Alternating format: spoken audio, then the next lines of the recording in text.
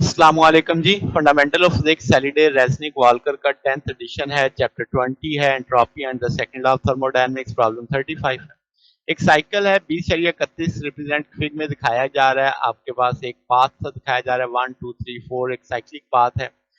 अब वो कहते हैं V3 जो वॉल्यूम है ना वो 4V1 के बराबर है। एक इंफॉर्मेशन ये दी और गैमा 1.3 लेना है।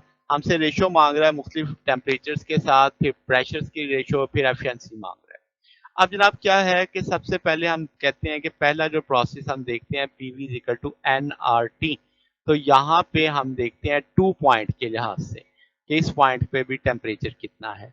तो T2 कह देंगे, इस पॉइंट के टेम्परेचर को क्रॉस कर लेंगे, बाकी NR डिवाइड कर देगा तो P2 V2। तो P2 जो है वो यहाँ से पता चल रहा है 3P1 के बराबर है, तो P2 की जगह 3P1 लग दिया। V2 और V1 देखा जाए सेम है क्योंकि दोनों वॉल्यूम सेम है इस पॉइंट पे, तो अब V2 की जगह V1 कर दिया।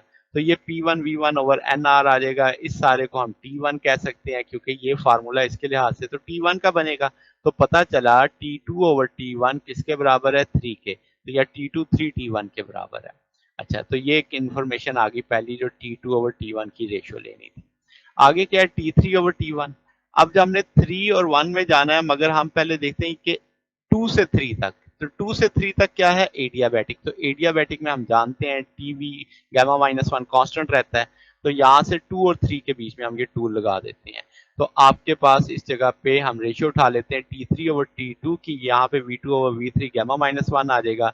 T2 की वैल्यू यहाँ से निकाली जा सकती है, यानी 3T1 लिखा जा सकता है, वो 3T1 लिख दिया।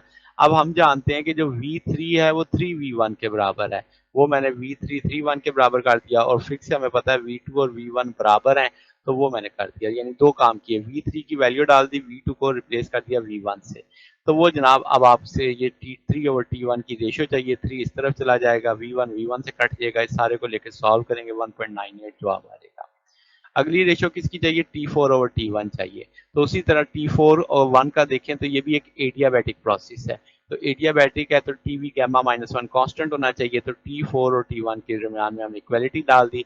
T4 ओवर T1, इसमें V1 ओवर V4 लगाया जा सकता है। अब क्या है जनाब, V3 और V4 का वॉल्यूम सेम है। आप देख सकते हैं कि 3 का जो वॉल्यूम है वही वॉल्यूम की वैल्यू किसकी है, 4 की है। तो वो हम रिप्लेस कर सकते हैं V4 को V3 से, और V3 का पता है कि वो 4V1 के बराबर होता है। ये V1 V1 कट जाएगा, इसमें हमने सॉल्व कर लेंगे तो ये 0.66 आ जाएगा। अगली रेशियो हमसे प्रेशर की मांग रहा है P3 ओवर P1 की। तो हम जानते हैं कि भाई एडियाबैटिक प्रोसेस में जो 2 से 3 तक है पीवी गामा कांस्टेंट रहना चाहिए। तो 2 और 3 के बीच में एडियाबैटिक लगा दिया हमने। अब P3 ओवर P2 निकाल लेंगे, V2 ओवर V3 निकाल लेंगे। V3 4V1 के बराबर है और हमें पता है ये 3P1 है। P2 हमें फिक्स से पता लग रहा है कि P2 बराबर है 3P1 के। तो वो वैल्यू प्लेस हो जाएगी इस जगह पे। यहाँ से क्रॉस कर देंगे, 3 दूसरी तरफ जाके ज़रब खा जाएगा। इस सारे को लेकर सॉल्व करेंगे तो 0.495 आ जाएगा। फिर हमसे 4 ओवर 1 की रेशियो मांग रहा है, तो वो भी एडियाबैटिक प्रोसेस है। पीवी गामा कांस्टेंट होना चाहिए। तो 4 और 1 में पीवी गामा लगा दिया। यहाँ से P4 ओवर P1 की रेशियो आ जाएगी। V4 में V3 बराबर होता है और V3 पता है 4V1 के बराबर है। यहाँ से V1 V1 कट जाएंगे, इस सारे को लेकर सॉल्व करेंगे तो 0.165 आ जाएगा। इसी तरीके से वर्क डन जो पोर्शन है आपके पास साइकिल में 2 से 3 तक एफिशिएंसी निकालनी है। तो टोटल वर्क डन हमें पहले चाहिए। तो हम कहेंगे भाई 2 से 3 तक तो एडियाबैटिक था, क्योंकि 1 से 2 तक तो वॉल्यूम कांस्टेंट था ना। तो वर्क हो ही किस में रहेगा, 2 से 3 तक पहले स्टेप में होगा। तो पी वी गैमा बराबर है P2 V2 गैमा के। यहाँ से वर्क आ जाएगा P dV के। तो अगर मैं P की जगह यहाँ से वैल्यू लेता हूँ P2 V2 और गैमा V गैमा नीचे चला जाएगा। ये अब मैंने जो लिमिट ली है 2 से 3 तक है, तो 2 का वॉल्यूम से 3 के वॉल्यूम तक है। अब मैं इसमें से चीजें बाहर निकाल लूंगा, V माइनस गैमा ऊपर चला जाएगा। इसमें बाउंड्री कंडीशन लगा के सॉल्व कर लेंगे। तो अब आपके पास ये जो पूरा फैक्टर है अंदर ज़रब खा जाएगा इस चीज़ के। ये जैसे मैंने मेजेंडा कलर में हाईलाइट किया, इसकी पावरें एडजस्ट हो जाएंगी। V2 1 माइनस गैमा मैंने कॉमन लिया है इसमें से, तो वो कॉमन लेके इसमें से एडजस्ट हो जाएगा। ये सिर्फ V2 बचेगा यहाँ पे। ये factor 1 minus V3 1 minus gamma और V2 1 माइनस गैमा। अब अगर इसमें उल्टा देता हूँ, 3 को नीचे ले जाता हूँ 2 को ऊपर, तो इनकी पावरें नेगेटिव हो जाएंगी, पावरें बदल जाएंगी, तो यानी नेगेटिव 7 आने से ऑर्डर चेंज हो जाएगा। तो वो बन जाएगा अब आपके पास गैमा -1, 2 ऊपर चला गया 3 नीचे आ गया है, तो 2 आपके पास अब लिखा जाएगा V2 गैमा -1 और V3 गैमा -1।